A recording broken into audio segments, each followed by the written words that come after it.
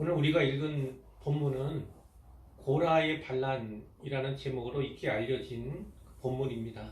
고라와 또 그와 함께한 이제 반역의 무리들이 반란을 일으킨 그 사건을 기록하고 있고, 우리가 읽은 부분은 그 내용의 뒷부분이 되겠습니다. 지난 금요일에 앞부분은 사실 함께 나눈 바가 있어요. 근데 앞뒷부분 따로 볼 수가 없는 상황이어서 다시 살펴보게 되었습니다. 자, 16장 1절부터 보게 될 텐데요. 거기에 보면 누가 이 반역의 무리 가운데 앞잡이가 되었는지, 선봉을 섰는지 그것이 나와 있습니다. 누가 나왔습니까?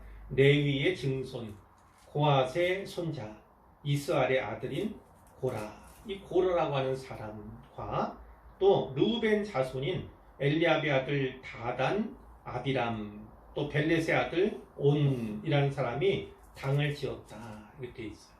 당을 지었습니다. 그리고 회중 가운데 이름 있는 지휘관 250명이 거기에 합세를 했습니다. 그들이 아론을 거스르고 모세를 거슬렀다. 이렇게 먼저 기록하고 있습니다. 그들이 하는 얘기가 3절에 나오죠. 너희가 분수에 지나도다. 모세와 아론을 향해서 그들이 이야기하는 겁니다. 너희가 분수에 지나도다. 회중이 다 각각 거룩하고 여호와께서도 그들 중에 계시거늘 너희가 어찌하여 총회 위에 여호와의 총회 위에 스스로 높이느냐. 이렇게 모세와 아론을 거슬렀다, 대적했다 하는 것입니다. 그들이 얘기하는 건 너희가 분수에 지난다. 너희에게 너무 크다는 거예요. 너무 크다. 이런 거죠. 너희가 맡은 일이, 너희가 가진 권력이 너무 크다. 이렇게 얘기를 하는 거예요. 그러면서 할 얘기가 뭡니까? 회중이 다 각각 거룩하다. 물론 하나님의 백성은 거룩하죠. 거룩하게 살아가면 거룩하게 됩니다. 자, 그런데 여기서 말하고는 회중이 각각 거룩하다. 그거는 너희만 거룩하냐 이 뜻이에요. 너희만 거룩하냐? 우리도 거룩하다. 우리 모두도 다 거룩하다. 또 여호와께서도 그들 중에 계신다. 너희에게만 여호와께서 계시느냐? 아니다. 우리에게도, 저들에게도 여호와께서 계신다. 그런데 너희가 어찌하여 스스로 높이느냐? 스스로 높아지고 있느냐? 이렇게 이야기를 하는 거죠. 자, 이들이 하는 말들 우리가 잘 살펴보면 이런 말들은 사실 자기들의 마음을, 그들의 생각을 우리가 읽을 수 있는 부분으로 볼 수가 있어요. 말하자면 여기에 나온 이 레위, 고핫, 또 아스알 이렇게 아들 고라 이렇게 되어 있는데, 이 고라는요 결국은 레위 지파 사람이긴 하지만 제사장 그룹은 아니잖아요. 제가 족보를 좀 따져봤어요. 자, 이 모세와 아론도 역시 레위 지파 사람입니다. 레위에게는요 3명의 아들들이 있었어요.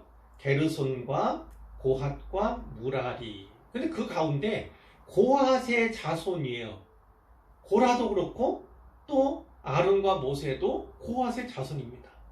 고핫의 아들이 4명이 있었는데 그 첫째 아들이 아므람이었습니다. 아므람. 그런데 이 고라는 이스라엘이라고 하는 둘째 아들의 소생인 거예요. 여기서부터 갈라지는 겁니다. 그러니까 족보상으로 보면 뭐냐면 사촌지간이래요. 사촌지간이에요. 그 모세와 아론의 사촌이었던 고라가 반란을 일으킨 겁니다. 반란을 일으켰어요. 레위지파, 같은 레위지파인데 왜 우리는 제사장이 되지 못하고, 혹은 제사장인 저들 밑에서 말하자면 뭐 가벼운 일, 중하지 않은 일, 이런 것만 맡아야 하는가, 이런 아마 불만이 있었던 것 같아요. 그런가 하면 르우벤 자손의 일부도 나오잖아요. 다단, 아비람, 온, 다 르우벤 지파. 르우벤 지파는 야곱의 12아들 가운데 장자 르우벤의 그 지파 아닙니까? 그러니까 장자 지파인데 보면 어떻게 돼요? 하나님께서 유다 지파를 우대하시는 것 같고, 또 이 아론, 모세 다 이 레위 지파인데 그들의 마치 지배를 받는 것 같은 그런 생각을 이들이 갖고 있었던 것 같아요. 그래서 그들이 의기투합한 거지요. 반역하고 반란하기로 도모를 했다, 공모를 했다, 이렇게 볼 수가 있는 거예요. 거기다가 지휘관, 물론 이름난 지휘관이지만 아마 가장 높은 지위에 있던 사람들은 아닐 수 있습니다. 이런 사람들이 여기에 합세한 거죠. 그러니까 그들이 다 생각이 달라요. 제사장이 되고 싶은, 혹은 좀 더 나은, 좀 더 높은 지위에 있고 싶은, 이런 생각들이 그들을 하나가 되게 했다, 반역의 무리가 되게 했다, 이렇게 볼 수가 있어요. 자, 이들이 이렇게 이야기할 때 모세가 어떻게 합니까? 모세가 듣고 엎드렸어요. 털썩 주저앉겠습니까? 아닙니다. 그 전에 가데스 바네아에서, 가데스 바네아가 뭔지 아시죠? 가데스 바네아는 이 가나안 땅 인근 남쪽에서 이제 12명의 정탐꾼을 보냈던 바로 그곳 아닙니까? 근데 10명의 정탐꾼들이 믿음이 없는 보고를 하죠. 그리고 백성들이 바로 그들의 말을 쫓습니다. 그래서 여호수아와 갈렙을 배척하고 돌로 치려고 했던, 자, 또 모세와 아론을 대적했던 그때도 모세가 엎드린 적이 있어요. 그 본문에 회중 앞에서 엎드렸다 이렇게 되어서 마치 사람들 앞에서 엎드린 것처럼 또 읽힐 수도 있지만, 모세는 가만히 보면 잘 엎드리는 사람이다 라는 것을 우리가 볼 수가 있어요. 여기 내용은 당연히 사람들 앞에서가 아니라 하나님 앞에 엎드리는 겁니다. 하나님 앞에 엎드렸다, 그거예요. 무리에게 어떤 말을 하고 싶잖아요. 그러나 그들을 상대하기 전에 먼저 하나님 앞에 엎드린 거예요. 엎드린 거죠. 그들을 상대하기보다는 하나님께 자기 자신을 또 데려가는 거예요. 가져간 거죠. 하나님 앞에 먼저 반응했던 모세를 우리가 보게 되는 겁니다. 자, 15절에 보니까 고라와 모든 무리들에게 이 모세가 이야기를 하는 거예요. 내일 아침 여호와께서 자기에게 속한 자가 누군지, 거룩한 자가 누구인지 보이실 거다. 그 사람을 자기의 가까이 나오게 하실 거다. 그가 택하신 자를 자기의 가까이 나오게 하실 거다. 그러니까 너 고라, 그리고 너희 모든 무리는 샹로를 하나씩 가져오라. 샹로에 불을 담고 그 위에 향을 살라라, 이렇게 얘기를 하죠. 하나님께서 판단하실 거다, 이런 얘기를 하는 거예요. 하는 얘기 맨 마지막에 뭡니까? 레위 자손들아, 너희가 너무 분수에 지나치느니라, 이렇게 얘기했죠. 그러니까 그들이 이야기했던 것을 받아서 이야기해요. 과연 누가 분수에 지나치는 일을 하고 있는지, 누가 분수에 맞는지, 그걸 하나님께서 판단해 주시도록 이렇게 하자 제안을 한 거예요. 그러면서 8절에 보니까 모세가 고라에게 콕 집어 이야기를 합니다. 너희 레위 자손들아, 물론 레위 자손 다는 아니지만 그들 가운데 일부이긴 하지만 그 레위 자손들 모두가 귀담아 들어야 할, 또 이 레위 자손은 자기 지파의 자기 지파 사람들에게 이야기를 하는 거예요. 이스라엘 하나님이 회중 가운데 너희를 구별하여 하나님 가까이 하게 하신 은혜, 또 여호와의 성막에서 봉사하게 하신 은혜, 회중 앞에 서서 그들 대신에 섬기게 하신 은혜, 그것이 너희에게 작은 일이었겠느냐, 작은 일이겠느냐. 하나님께서 너와 네 모든 형제 레위 자손으로 너와 가까이 오게 하셨는데, 모든 레위 지파 사람들 다 하나님 가까이 오도록 하나님께 은혜 베푸셨는데 너희가 오히려 제사장 직분을 구하느냐. 이를 위하여 너와 너희 무리가 다 모여서 하나님을 거스른다. 아론이 어떤 사람이기에 너희가 그를 원망하느냐. 자, 특히 이 고라는 누구를 대적하고 있는 거예요? 아론을 대적하는 거예요. 아론. 자기도 같은 레위지파 사람인데, 하나님 여호와 섬기는 사람인데, 그런데 아론 대제사장이라고 하는 가장 높은 지위가 그에게 있잖아요. 그것을 탐한 거죠. 그래서 반역하게 된 거죠. 아론이 어떤 사람이기에 너희가 그를 원망하느냐. 결국은 고라의 본심이 어디에 있는가를 우리가 이 말씀 가운데서 읽을 수 있는 거지요. 자기들의 일을 가볍게 했어요. 맡은 일이 작은 것은 아니었습니다. 예를 든다면 이 고핫 자손의 임무는 뭐냐면 특히 이 성막 가운데 가장 성스러운 물건이라고 할 수 있는 지성물들을 그들이 관리하는 일들이에요. 물론 만약 텐트를 다시 접습니다. 이동할 때가 되었어요. 성막을 접을 때에 물론 제사장들이 그 지성물들을 다 포장하고 하는 일들은 그들 몫이에요. 그러나 그것을 이동할 때 운반하는 일, 어깨에 짊어지고 가는 일은 고핫 자손에게 전적으로 맡겨진 일이에요. 그러니까 다른 형제 자손들에 비해서 가장 지성물들, 가장 거룩한 기물들에 접근할 수 있었던 건 바로 그들이었던 거죠. 그런데 그들이 어떻게 해요? 자기들이 맡은 일을 작게 보았다. 제사장의 일을 크게 보았다. 이렇게 우리가 판단할 수 있음을 보게 되는 거죠. 그러나 하나님을 섬기는 일에 작은 일이 없습니다. 그 얘기는 큰 일이 없다는 거예요. 작은 일도 없고 큰 일도 없다. 모두가 중하고 모두가 다 필요한 일이다. 이렇게 우리가 분명히 성경을 통해서 알 수가 있는 것입니다. 자, 이제 12절 말씀으로 가겠습니다. 그 다음 모세가 이제 누구에게 사람을 보냅니까? 엘리압의 아들 다단 아비람을 부르러 사람을 보냈다. 뒤에 계산해 보니까 온이 없어요. 온이라고 하는 사람도 주동자 중에 한 명인데 온이 빠졌어요. 온은 도대체 어디 갔을까? 어디 갔을까요? 자, 다단과 아비람 사람 보냈는데 그들이 어떻게 합니까? 우리는 안 가겠다는 겁니다. 우리는 올라가지 않겠다. 그러면서 무슨 얘기를 합니까? 네가 우리를 젖과 꿀이 흐르는 땅에서 이끌어내어 광야에서 죽이려 함이 어찌 작은 일이기에 오히려 스스로 우리 위에 왕이 되려 하느냐, 이렇게 얘기해요. 천부당 만부당한 말씀 아닙니까? 모세가 말한 이 얘기를 직접 들었다면 팔딱 뛰었을 그런 거죠. 모세에게는 그런 생각이 전혀, 왕이 되고자 하는, 스스로 높아지고자 하는 그런 뜻이 전혀 없는 사람이 바로 모세였거든요. 그런데 뭐라고 얘기합니까? 우리를 젖과 꿀이 흐르는 땅에서 이끌어내어 광야에서 죽이려 함이. 그러면 이 사람이 말하는 젖과 꿀이 흐르는 땅은 어딜까? 어찌 보면 문맥상으로 보면 애굽 땅을 젖과 꿀이 흐르는 땅으로 묘사하고 있나? 이렇게 생각할 수도 있어요. 아니면 아까 나왔지만 가데스 바네아, 곧 올라가면 이제 점령할 수 있는 약속의 땅이 거기에 있잖아요.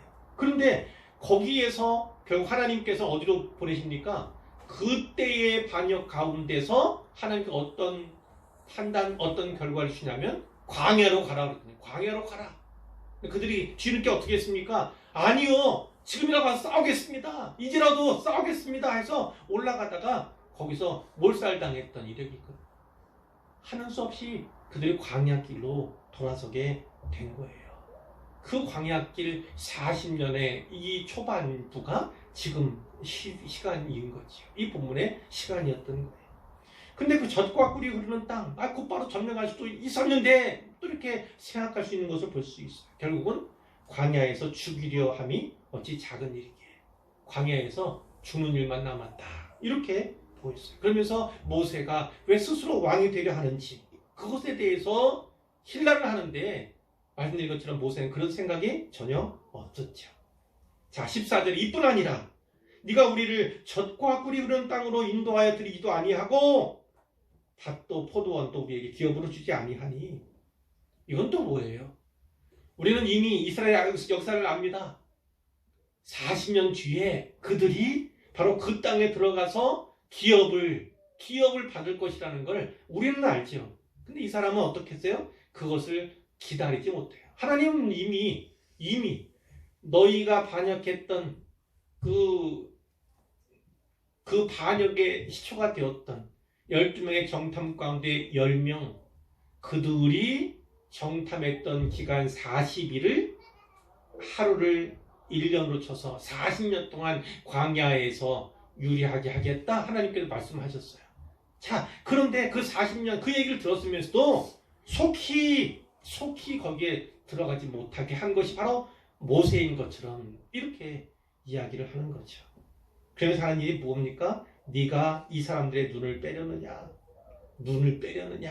이 의미는 뭐냐면 눈을 멀게 하느냐? 속이느냐? 이 사람들 다 속이지 않느냐? 이렇게 얘기를 하는 거예요. 그러면서 올라가지 않겠다. 하나님 앞에, 그 성막 앞에 가지 않겠다. 모세의 명령을 거스르는 것을 볼 수가 있어요. 여기서도 이들의 얘기를 통해 보면 이 두 사람이 무엇을 꿈꾸고 있는가? 다단과 아비람이 꿈꾸고 있는, 생각하고 있는 바가 무엇인가? 그것이 바로 왕이고 또 오히려 군림의 자리에 앉고 싶은 그들의 마음, 속내를 우리가 살필 수 있다. 이렇게 볼 수가 있는 거예요. 젖과 꿀이 흐른다? 그게 약속의 땅입니까? 아니요. 약속의 땅이 젖과 꿀이 흐르는 땅 이렇게 말씀하고 있지만 젖과 꿀이 흐른다고 해서 다 약속의 땅은 아닌 거예요. 인생이 진짜 젖과 꿀이 있는 것처럼 풍요롭고 잘 된다고 해서 그것이 약속대로 하나님 약속의 기초에서 나아가는 행위나 삶이다? 이것은 또 아님을 우리가 성경을 통해서 알 수가 있는 거예요. 또 한편 애굽에서 나온 사람들이잖아요. 애굽에서 나왔다고 해서 다 하나님 나라 백성인가? 하나님 백성인가? 그것도 아님을 우리가 상기할 필요가 있습니다.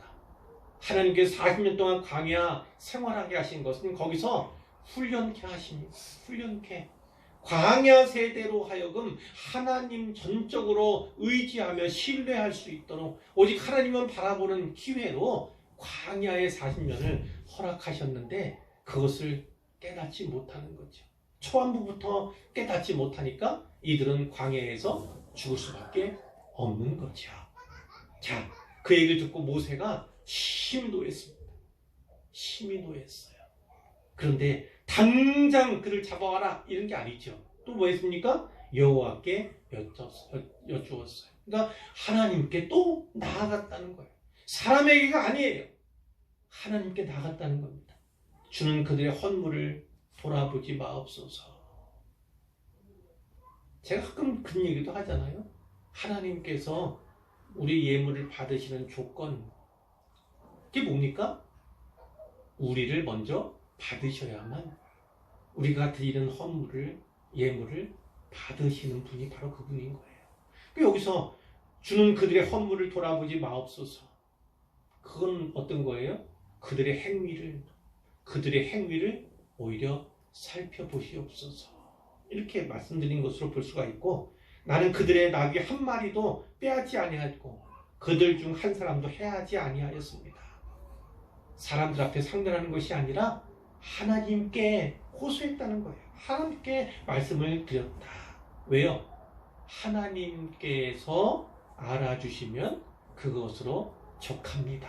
이런 믿음이 모세에게 있었거든요. 때로는 억울할 때가 있지 않습니까? 오해받을 때 마음이 상하고 심자속 상하지 않습니까? 그럴 때 하나님 앞에 자기 마음을 토해놓는, 쏟아놓는 우리가 되어야 할 줄로 믿습니다. 자, 여기까지가 사실 금요일까지 살펴본 본문이에요. 자, 그 이후에 어떻게 되는가를 볼 텐데요. 모세가 고라에게 이렇게 이야기합니다. 너와 너의 온무리는 아론과 함께 내일 여호와 앞으로 나아오라. 이렇게 얘기를 했죠. 아까도 나왔던 본문이에요. 거기까지는. 그러니까 각 사람이 다 향로 하나씩 갖고 오는 거예요. 반역의 무리가 약 250명 정도 됐잖아요. 그들에게 다 향로 하나씩을 준 겁니다. 가지고 온 거예요. 오라고 하는 거예요. 그리고 뭐라고 얘기합니까? 너와 아론도, 너는 고라고, 고라하고 아론도 각각 향로를 가지고 와라. 이렇게 얘기하는 거예요. 그리고 그 이튿날 아침에 어떻게 했습니까? 모두가 다 향로를 들고 회막문 앞에 하나님의 임재 앞에 서 있는 거예요. 자, 고라가 그때 어떻게 합니까? 회막문에서 두 사람, 모세와 아론을 또 대적하려 했다는 거예요. 회막문, 하나님 앞에서 그들을 대적하려 했다는 겁니다. 그때 누가 나타났어요? 하나님, 여호와의 영광이 온 회중에게 나타나셨어요. 자, 그러면서 여호와께서 모세와 아론에게 무엇이라고 말씀하셨는가? 21절 말씀을 한번 읽어볼까요? 너희는 이 회중에게서 떠나라. 내가 순식간에 그들을 멸하려 하노라.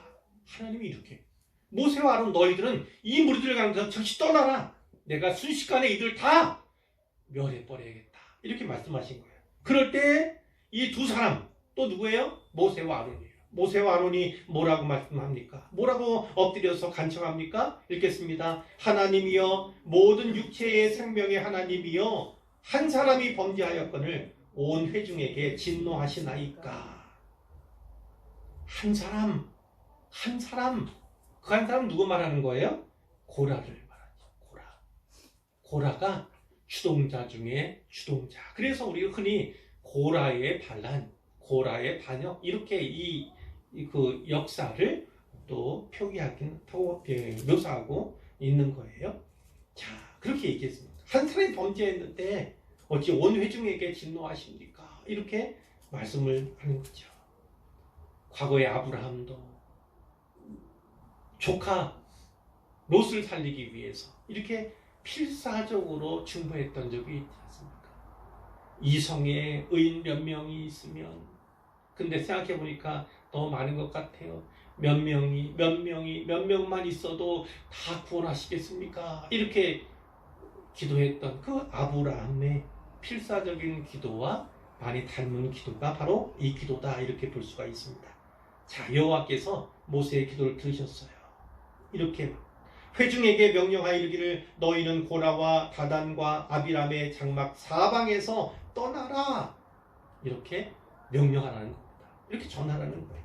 고라의 다단과 아비람의 장막 사방에서 떠나라. 자, 이렇게 했어요.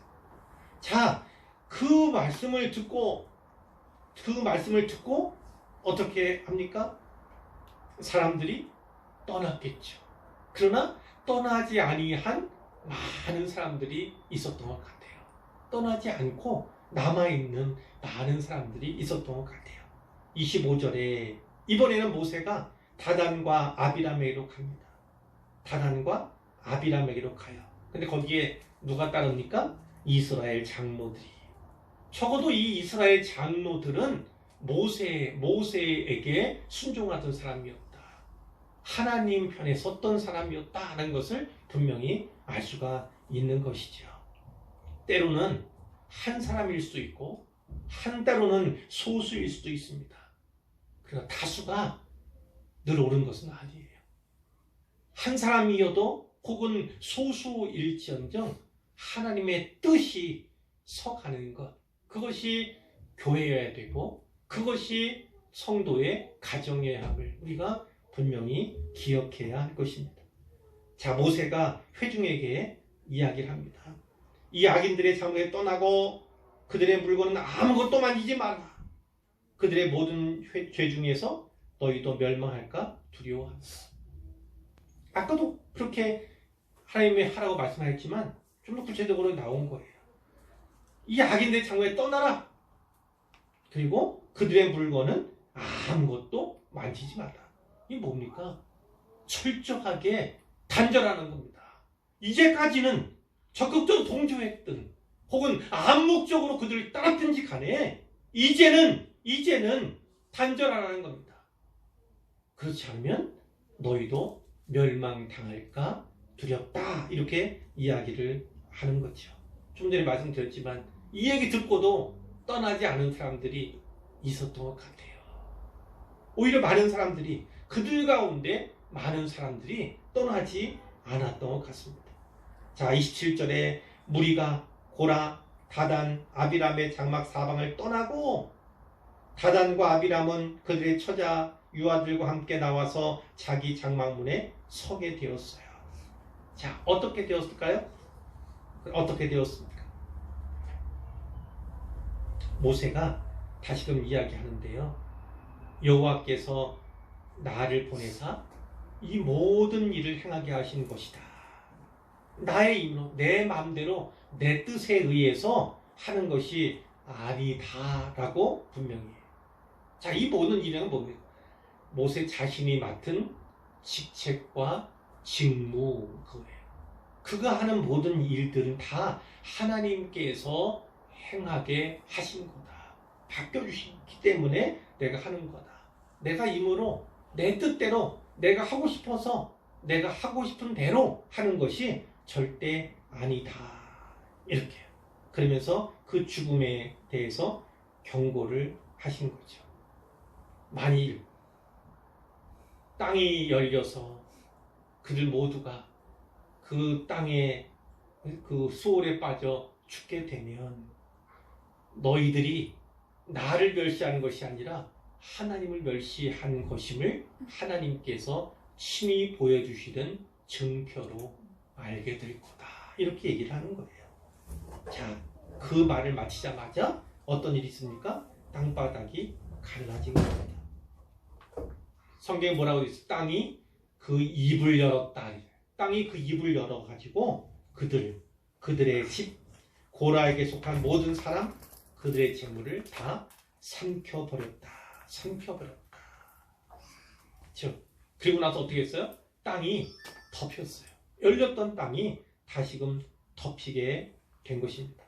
자, 주위에 있던 모든 사람들이 그들의 부르짖음을 들었어요. 그걸 듣고 도망합니다. 땅이 우리를 숨삼킬까 두렵다. 이렇게. 결국 여호와께로부터 불이 나와서 분향하는 250명을 다 불살랐다. 이렇게 성경이 말씀하고 있는 거지요. 자, 36절입니다. 여호와께서 모세에게 말씀하셨어요. 제사장 아론의 아들 엘르아살에게 명령하라. 무슨 명령했습니까? 붙는 불 가운데에서 향로를 가져다가 그 불을 다른 곳에 쏟으라. 그러니까 그 250명의 사람들은 다 어떻게 됐어요? 다 징계를 받은 거예요. 멸망을 당한 거예요. 250명 사람들은요. 그런데 그들의 갖고 있던 향로는 다 수거하는 거죠. 왜요? 향로는 이미 하나님께 바쳐진 거룩한 기물들이었기 때문에 그 향로는 보존케 하는 거예요. 다만 38절에 보니까 뭐라고 합니까? 향로를 쳐서 그들이 들고 있던 250명의 향로를 쳐서 제단을 쌓는 철판을 만들어라. 철판. 그래서 이스라엘 자손에게 표가 되게 하라는 겁니다.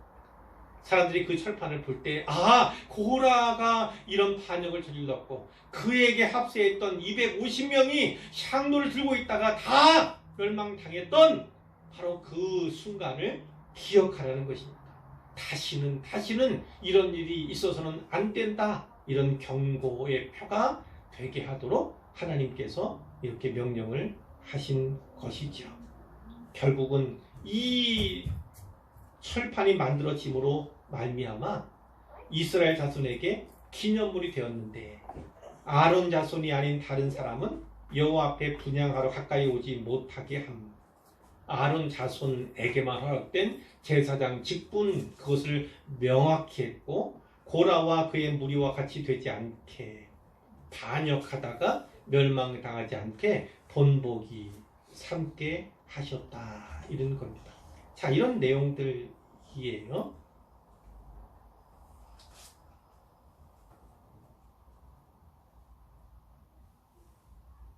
(46절로) 갈게요. 모세가 아론에게 이야기합니다. 너는 향로를 가져다가 제단의 불을 그곳에 담고 그 위에 향을 끼워가지고 급히 회중에게로 가서 그들을 위하여 속죄하라. 아론에게 이야기합니다. 그들을 위하여 속죄하라. 여호와께서 진노하셨으므로 연병이 시작되었다. 이렇게 얘기하죠. 연병이 이미 시작되었다. 그 얘기를 듣고 아론이 46절에 보니까 어때요? 향로 가지고 회중들에게 달려갔습니다. 그리고 가봤더니 백성 중에 연병이 시작되고 있었어요. 그때 그 명령을 따라 백성을 위해 속죄하고 죽은 자, 산자 사이에 아론이 섰다. 죽은 자와 산자 사이에 섰다. 그랬을 때 연병이 그쳤다. 이 고라의 일로 죽은 자 최소한 250명 이상이잖아요. 또 그들의 가족도 있었잖아요. 그렇게 죽은 자들 외에 연병으로 인하여 14,700명이 죽었다. 그리고 아론이 이렇게 했을 때 연병이 그쳤다. 이것이 오늘의 내용이에요. 내용입니다. 자, 이 말씀을 통해서 몇 가지만 정리하고 살펴보고자 합니다. 자, 첫 번째, 금요일에도 내렸던 결론 중에 하나인데 뭐냐면 섬김에는 작은 일이 없다는 겁니다. 섬김에는, 하나님을 섬기는 일에는요 작은 일이 없어요. 그 얘기는 큰 일도 없다는 것입니다. 사람 편에서는 큰 일, 작은 일 구별하기에 때로 힘쓰는 그런 경우들이 있지만 하나님 편에서는 큰 일이든 작은 일이든 성실하게 충성되게 순종으로 하는 것이 더 중요하다. 하나님께 기억되는 것은 우리가 흔히 말하는 어떤 큰 높은 그 지위에 있기 때문이 아니라, 영향력 있는 자리에 있기 때문이 아니라 그 자리에서 얼마나 충성하고 얼마나 순종하는가, 얼마나 잘해내는가, 그것이 판단 기준이 되는 거예요. 사람의 판단과 하나님 판단은 전혀 다르다는 것을 우리가 다시금 새겨야 하는 것이고요. 자, 이렇게 모세에게는 반역이죠. 이 반역과 같은 일 혹은 모함받고 대드는, 대적하는 이런 일이 있을 때 어떻게 하면 될까? 바로 모세가 우리에게 해답을 준다는 겁니다. 하나님께 나아가는 겁니다. 그 사람 앞에서 이러쿵 저러쿵 따질 필요가 없고 대적한 그들을 다시 대적할 필요가 없고 먼저 할 일은 뭡니까? 하나님께 아뢰는 것입니다. 내가 순적하게 행했음에도 불구하고 받는 오해들이 있잖아요. 순적하게 행했음에도 불구하고 받는 반역, 대적과 같은 일이 있잖아요. 그럴 때 하나님께 아뢰라는 겁니다. 하나님께. 그러면 하나님께서 우리의 정답이 되어주실 것입니다. 자, 또 하나 세 번째로 말씀드리고자 하는 것은 이겁니다. 돌이키면 산다는 겁니다. 돌이키면 산다. 하나님께서 모세 통해서 한 번의 기회를 주시죠. 떠나라는 겁니다. 그 자리에 떠나라는 것입니다. 합세하지 말고 온정적으로 심정적으로는 동조했을지라도 이제라도 떠나라는 겁니다. 그러면 멸망하지 않는다 말씀하셨어요. 자, 그 가운데 한 사람을 주목해 볼 필요가 있습니다. 우리는 16장 1절에서 어떤 사람들, 대적한 무리들의 이름을, 주동자의 이름을 봤어요. 그 마지막에 나오는 누가 있습니까? 온이라고 하는 사람이 있습니다. 온이라고 하는 사람. 분명히 앞에 기록되어 있는 그 온이 뒤에 본문에는 없어요. 주동자급으로 기록되어 있는 게 분명한데 뒤에 멸망당하거나 해를 입는 그런 명단에는 없습니다. 이걸 어떻게 해석해야 될까? 이런 해석이 가능합니다. 처음에는 온이 주동자였어요. 주동자 가운데 한 명이었어요. 그러나 온이 어느 시점인가 돌이킨 겁니다. 그래서 그들의 무리를 무리에서 떠난 거예요.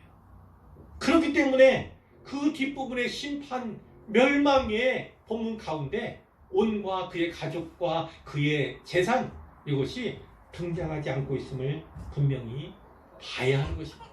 성경은 이렇게도 말씀해요. 성경은 이렇게도 말씀해요.